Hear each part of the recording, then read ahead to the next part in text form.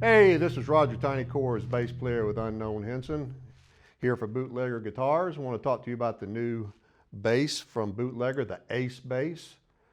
And you're looking at one right here. This is the black version. It's going to be my signature model.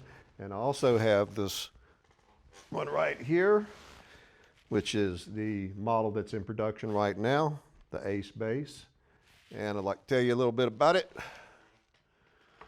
These are Korean made and really great materials to go into. A little backstory on Bootlegger. In 2018, in January, we did a outlaw country cruise. And while on the cruise, I ran into a gentleman named Chuck Wilson, who is the CEO and owner of Bootlegger Guitars. And he approached me and was talking about the company. And we talked about guitars and amps. They do guitars and amps, and they were wanting to get into the bass side of things. So he showed me this idea he had for a bass, and we traded numbers. Said when we get back home, you know, give him a call, hook up, which I did. And great guy to talk to, really nice cat. And which, by the way, this is his design. This is his actual design of this bass. But after maybe a couple months, he told me the prototype was ready. He sent me the prototype to check it out. I did, and it was great, played great, sounded great. I had a few observations about it I passed on to him, and of course they listened to everything and very open to suggestions. And so the new one is out now in production and being offered, and basically what we got here is a headless bass, as you see. Pro quality, stage worthy, but what I think it really excels at also is a travel instrument because of the size of it and the weight of it. It goes in a gig bag or a hard shell case.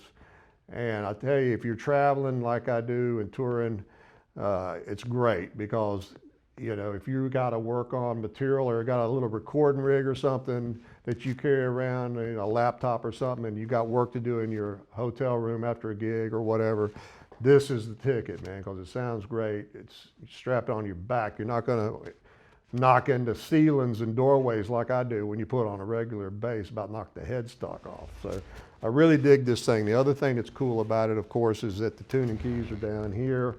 And so when you put it in a gig bag, it virtually doesn't ever go out of tune. I mean, it really stays in tune well.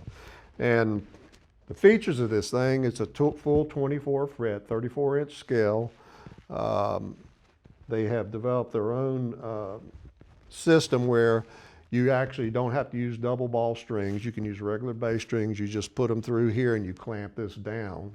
And then, of course, you can cut them off. What I do is I like to bend them down at a 90-degree angle in case you're using a round core string or something that could separate from the windings. I always crimp them down after I put them through here, and then tighten down the Allen wrenches, which I think, you know, is a good way to go about it.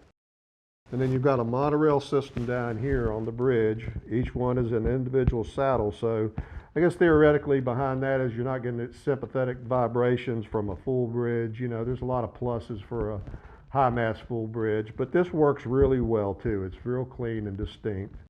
And of course you have adjustable saddles that you can adjust for intonation. Then you can lock it down with a set screw. And you know, these tuning knobs work great. Only thing you got to be sure of doing when you're stringing it up is to put the capture piece for the ball forward, so when you tune it up, you've got enough to pull back.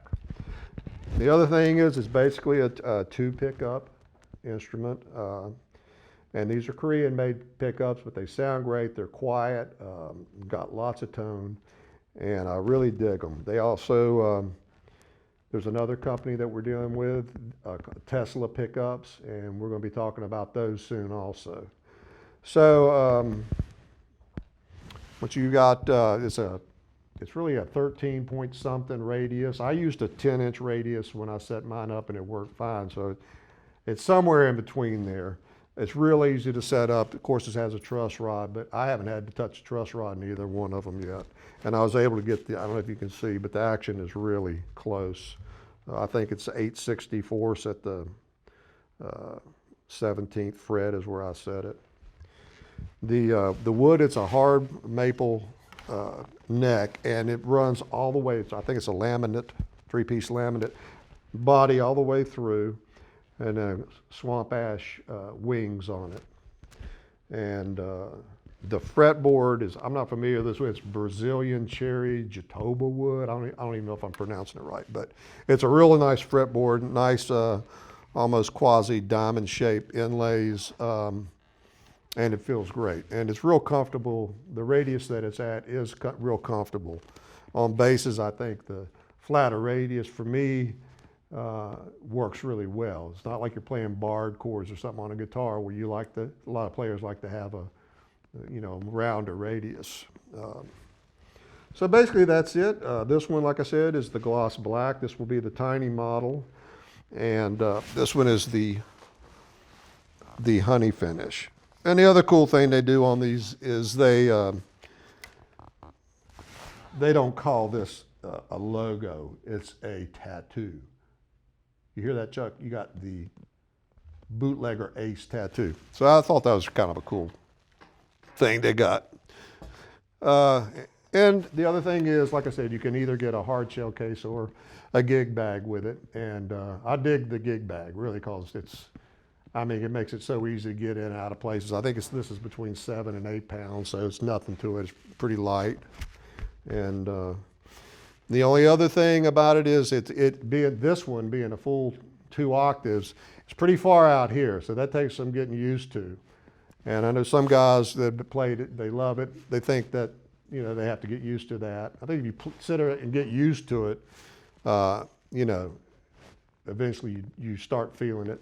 But regardless, we are offering a bracket that's going to be an option to go on the back here, but basically what it does, it extends your strap out to here like a horn of a bass, so that pulls it this way a little bit. So that is an option, and we're also talking about doing a short scale bass. So that should be really cool to have a short scale case in this bass in this design. So we're looking forward to that too. So I'm going to wrap this up now and demo the pickups, and I'll be right back with you. Back again, I want to just let you know we're in Greensboro, North Carolina at Earth Tone Studios, operated and owned by Benji Johnson, and we appreciate his time doing this. First off, this is both pickups wide open with the tone wide open.